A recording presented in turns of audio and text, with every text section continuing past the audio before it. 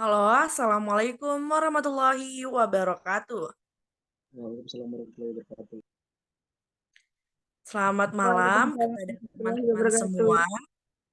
Hari ini kelompok kami akan melakukan presentasi untuk metode riset ekspor dan impor tugas dari Ibu Rini. Di sini akan menjelaskan tentang produk apa aja yang akan diekspor dan tujuan kemana negara itu diekspor, serta alasan mengapa kami memilih negara tersebut. Saya di sini tidak sendiri dan saya bersama teman-teman saya. Saya pribadi sebagai moderator yaitu Penti Perlinda. Di sini ada teman-teman saya yaitu Amalina Maisha, Dia Arta Mudita, Fadlur Rahman, dan Rahmahi.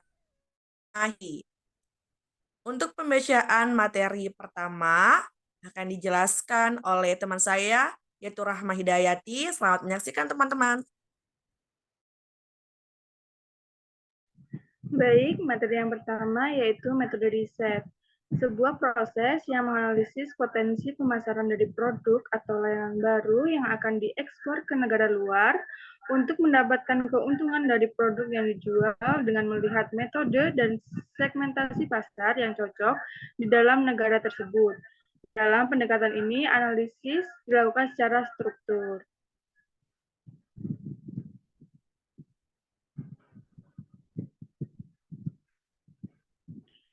Nah, untuk selanjutnya yaitu alasan mengapa kelompok kita memilih metode riset, yaitu dengan metode data sekunder adalah penelitian yang dilibatkan penggunaan data yang sudah ada. Data yang ada diringkas dan disusun untuk meningkat efektivitas penelitian secara keseluruhan untuk memahami situasi pemasaran yang terkait dengan produk atau layanan tertentu dan untuk mengidentifikasi peluang di pasar. Baik, terima kasih kepada Rahma yang telah menjelaskan mengenai materi metode riset pasar dan mengapa kita kelompok kami memilih 3 negara tersebut. Untuk materi selanjutnya akan dibacakan oleh Dea Arta Mudita. Kepada Dea, saya persilakan. Baik, terima kasih. Produk yang akan diekspor adalah mantel panjang dari kapas. Mantel adalah jaket atau baju panjang yang dipakai oleh laki-laki dan perempuan untuk melindungi tubuh agar tetap hangat dan sekaligus bagian dari gaya busana.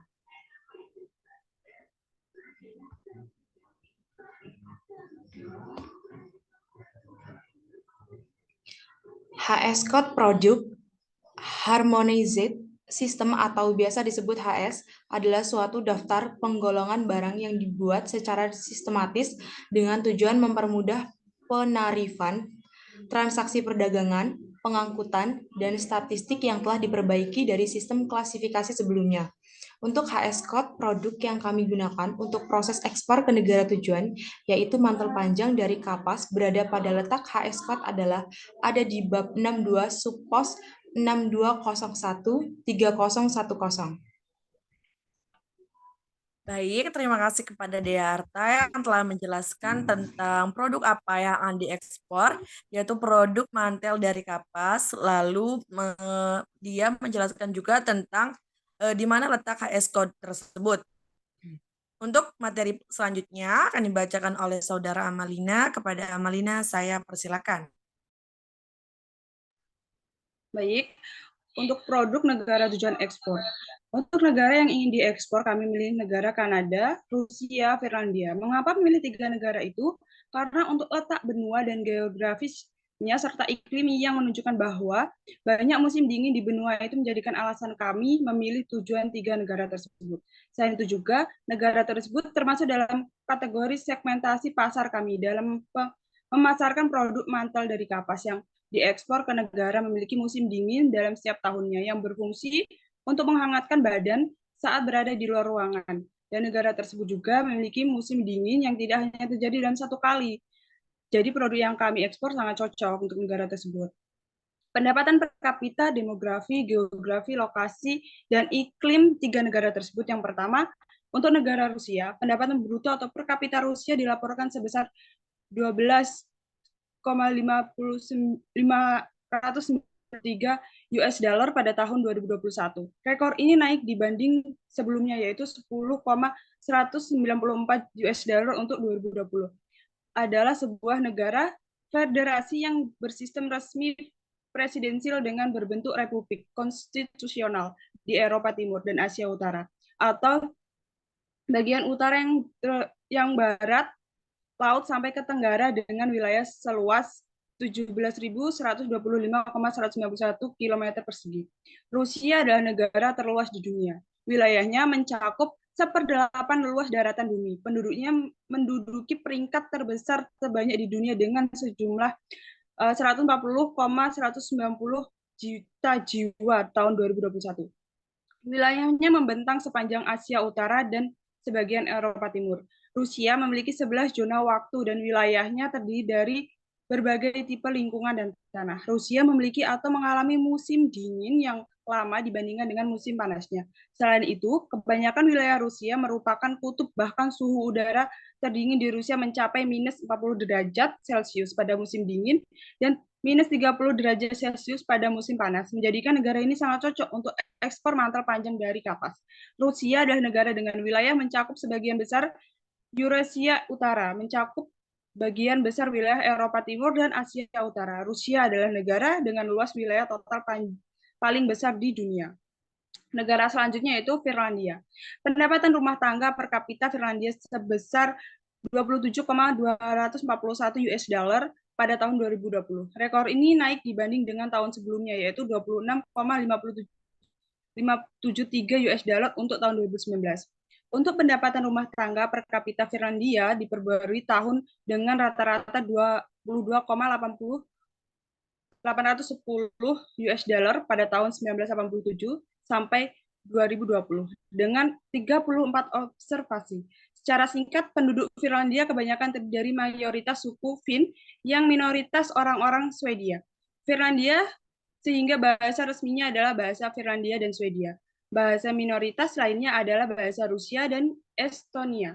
Populasi Finlandia kebanyakan berpusat di daerah selatan. Kota-kota di daerah itu adalah daerah metropolitan Helsinki yang mencakup Helsinki, Espoo, dan Vantaa.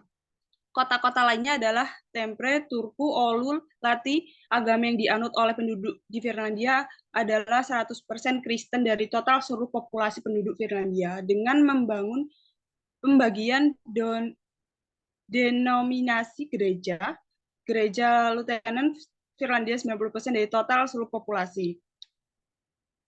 Iklim di Finlandia Selatan adalah iklim menengah utara. Di utara Finlandia, terutama di Laplandia, Finlandia sebuah iklim subarktik mendominasi karakterisasi dengan musim dingin yang sangat dingin dan musim panas yang sangat hangat.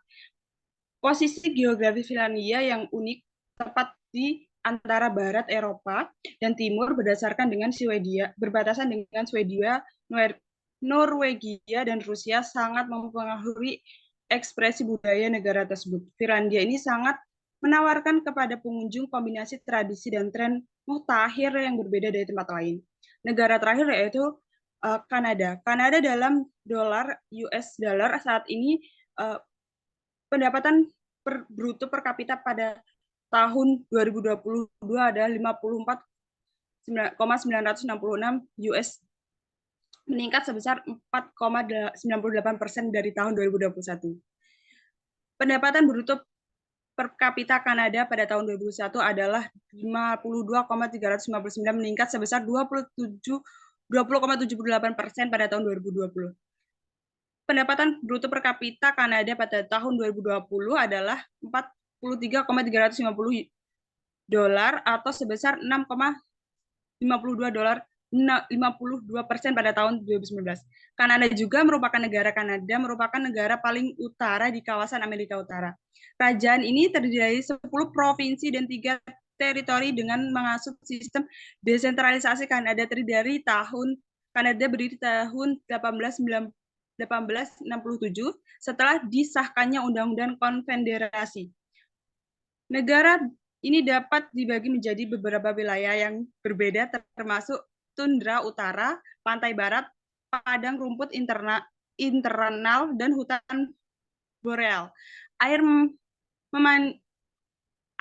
memainkan peran penting dalam penentuan sebagian besar iklim negara, dengan arus laut yang dampak pada pasir timur dan barat, serta Great Lakes yang mempengaruhi wilayah selatan.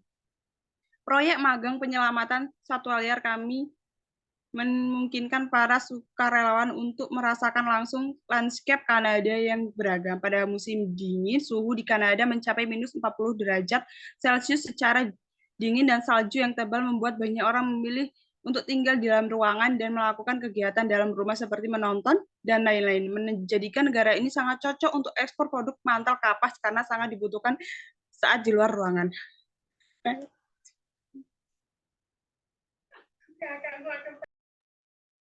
Baik, terima kasih kepada Amalina Maisha yang telah menjelaskan mengapa kelompok kami memilih 3 negara Kanada, Rusia, dan Finlandia. Disebabkan karena negara tersebut memiliki sistem iklim yang sangat amat dingin, jadi cocok untuk kita mengekspor barang tersebut karena segmentasi pasar yang sangat tepat di negara tersebut. Nah, untuk selanjutnya yaitu ada kesimpulan yang akan dijelaskan secara langsung oleh Saudara Fadlur Rahman. Kepada Fadlur, saya. Baik, terima kasih. Saya akan melanjutkan untuk kesimpulan. Untuk kesimpulan dari ekspor-impor kami, berdasarkan penjelasan yang telah ditulis, maka dapat disimpulkan bahwa Finlandia, Rusia, dan Kanada menjadi negara yang cocok dalam ekspor produk mantel dari kapas, dikarenakan negara ini memiliki sistem yang sangat dingin. Dan HS Code mantel dari kapas berada pada posisi bab 62 subpos 6201 3010 dengan melakukan metode riset pemilihan produk ekspor serta negara yang menjadi tujuan ekspor.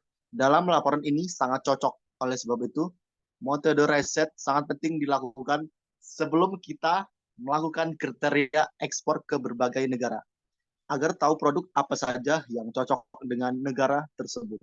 Terima kasih. Baik, terima kasih kepada Saudara Fadlur Rahman yang telah menjelaskan kesimpulan yang telah disampaikan oleh teman-teman yang lain. Mungkin sekian dulu presentasi dari kelompok kami. Semoga ini bisa menjadi bermanfaat kepada teman-teman semua yang akan mengekspor produk ke luar negeri agar bisa mengetahui atau meriset terlebih dahulu bagaimana keadaan negara di sana agar tahu produk apa aja yang bakal bisa kita ekspor di negara tersebut dan pastinya diterima. Sekian presentasi dari kelompok kami. Kami mohon maaf jika ada salah kata kepadanya. Kami pamit undur diri. Wassalamualaikum warahmatullahi wabarakatuh. Waalaikumsalam warahmatullahi wabarakatuh. Assalamualaikum warahmatullahi wabarakatuh.